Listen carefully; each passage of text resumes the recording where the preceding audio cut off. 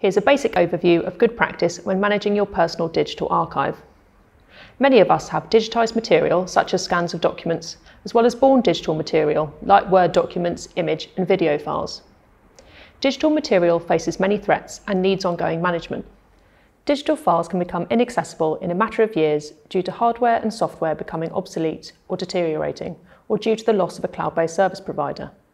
It's easy to accumulate thousands of digital files without much consideration. Unlike paper documents that start to take up physical space, it's very easy just to purchase more cloud storage. But managing digital files is essential if you want them to be accessible in the future.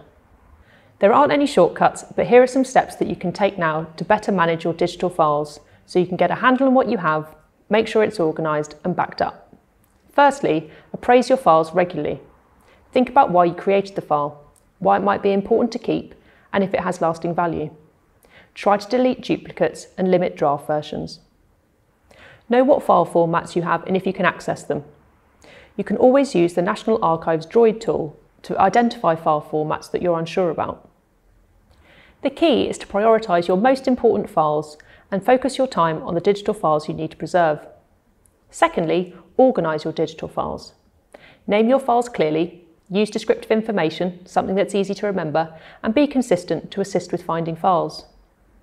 Organise your files into a folder structure so that you can group files according to activity or subject.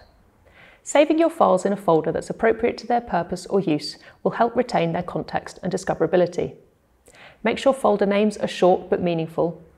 You might also be able to add additional description to your files, such as title, subject, comments and tags, by using the File Properties option. When choosing file formats at the point of creation, try to use formats which are either open standard, meaning their specifications are publicly accessible, like PDF or TIFF, or choose well-established formats like Word, Excel and JPEG, which may be reliant on the purchase of licenses, but are so heavily used it's unlikely they'll become obsolete in the short to medium term. Thirdly, and finally, think about storage. Unfortunately, there is no fail-safe form of storage.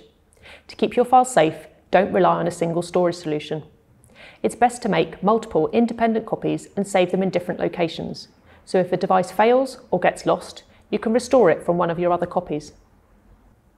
Try to use a stable, high-quality external storage device or cloud service provider, or better still both, so you have online and offline copies. Ideally, you not only want your material stored in different storage forms and devices, but also in different geographical locations, so maybe a copy at home and a copy at work.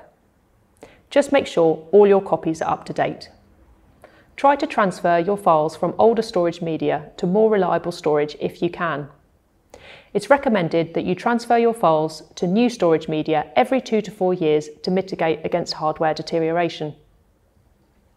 It's important to take steps now by appraising, organising and backing up your material to safeguard your personal digital archive.